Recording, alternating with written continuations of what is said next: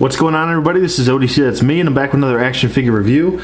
This is my review of the Marvel Legends SDCC 2014 box set exclusive of the Thanos Imperative box set. This is Medusa. This is the final figure in the box set, and you know, the hair does look nice, but there's some other issues with this figure. I would say the hair is probably the highlight of the figure. Obviously, she's supposed to have very iconic looking hair. She is the, I believe, cousin and lover of Black Bolt.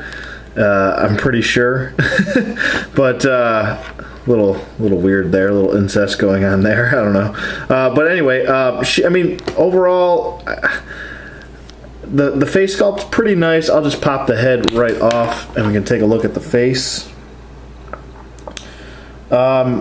Face is okay. Eyes are all right. There's some nice shading going throughout the hair on the inside. As you can see, maybe it's not coming up as much, but it is a much darker shading of black going throughout the hair. The curls, stuff like that, especially on the back portion here. It's going throughout all the hair. So, I mean, really the hair is what she's all about. It's just unfortunate that the hair's too short. You really, besides getting her into like a flying pose on maybe a stand, maybe if you have an extra figure art stand or an extra Toy Biz stand or any other kind of stand you want to use, like a custom stand or whatever, besides putting her on a stand or kind of getting into this crouched pose and then kind of adjusting her head so the hair actually helps her stand. I'll show you right here. See, I kind of have the hair standing, helping stand her up like in a tripod effect. But really, I mean, the problem is that they made the hair so heavy that you can't really stand her, and if you do, it's kind of in this bland, boring, straight up and down stance with she can't really do much. I mean, if you're trying to get her into just a straight vanilla pose with with everything straight, I'll try and attempt to do it here. But that's the big issue, is that the weight distribution on this figure is just way thrown off. I mean, I could obviously, if you spend time with her, she'll stand. But I mean, it's really not the route to go. I'm probably going to have her on a flight stand, you know, for the most part. But I can appreciate the sculpting and the paint detail with the hair, but in the same note, they should have made it a little bit longer so you can use her hair as a stand.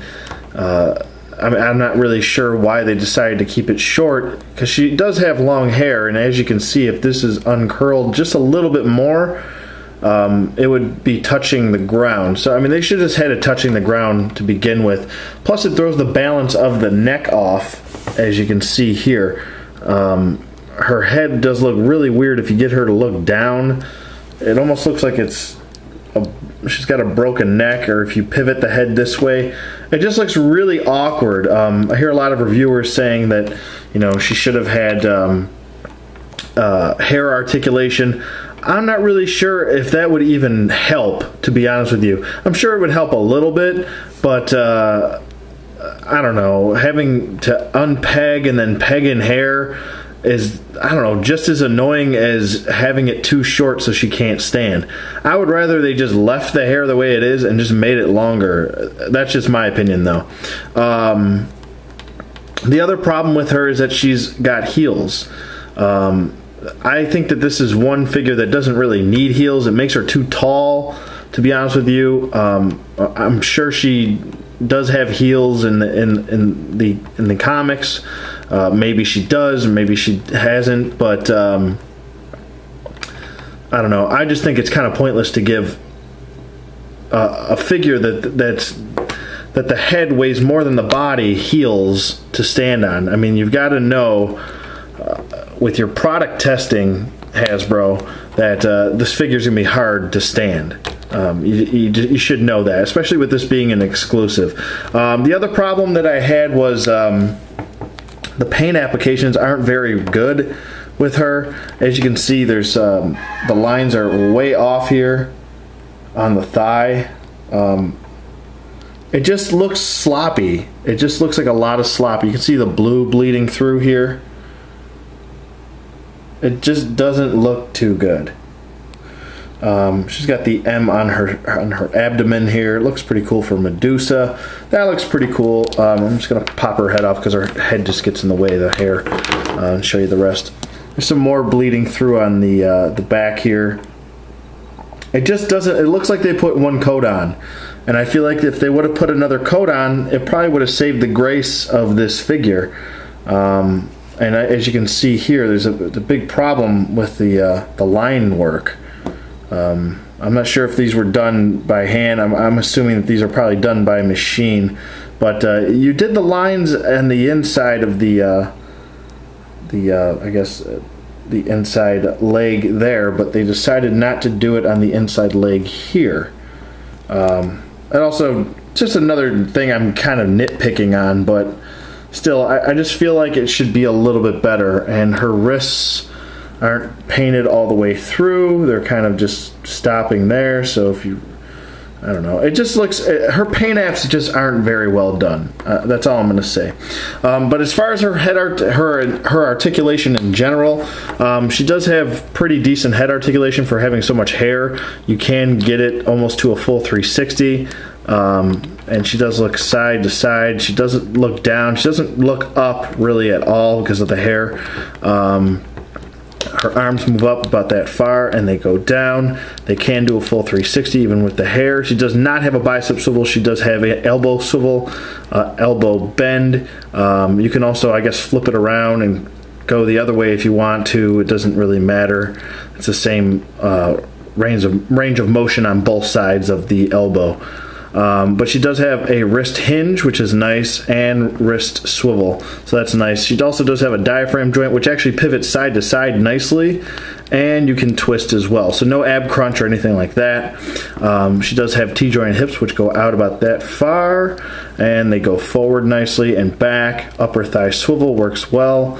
Double jointed knees, and she's got the ankle hinge, which goes back, mostly back, a little bit forward, and she's got the ankle pivot, but the ankle pivot doesn't truly work with these heeled figures, female figures, that well as much as they do with the male figures. For some reason, it's just the short sculpt of the heel. You don't really get that real good range of motion with the ankle pivot that you normally would with a male figure.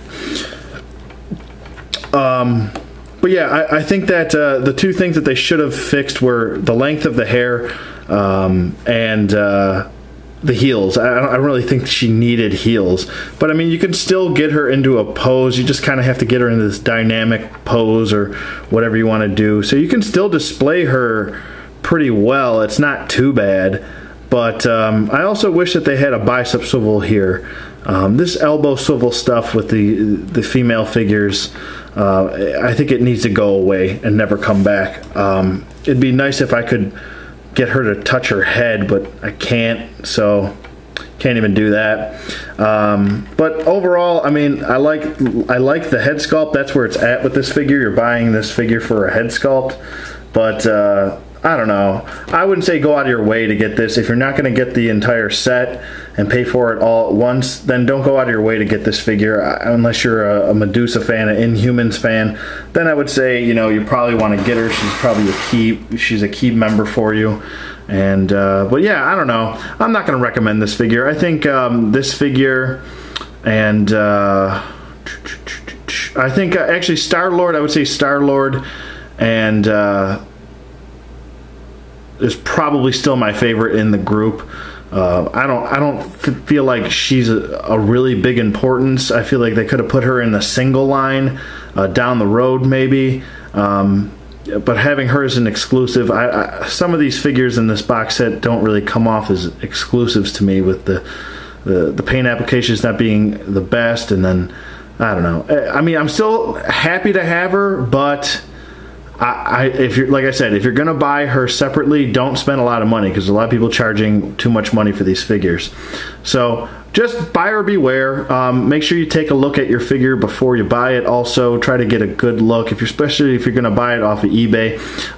Ask the seller for, you know, high-res pictures. I've asked tons of sellers before, and they've actually emailed me high-res pictures, and they don't have a problem doing that. So, but yeah, just a couple tips for you guys. So, yeah, that's pretty much it for Medusa here. Let me know what you guys think in the comments below. I will be doing an entire box set overview, and I will be jumping into some of the X-Men Marvel Legends next, and a couple older Marvel Legends, not too old, but a couple of those. So stay tuned for those. Let me know what you guys think in the comments below. Thank you for watching as always, and I will see you guys on the flip side.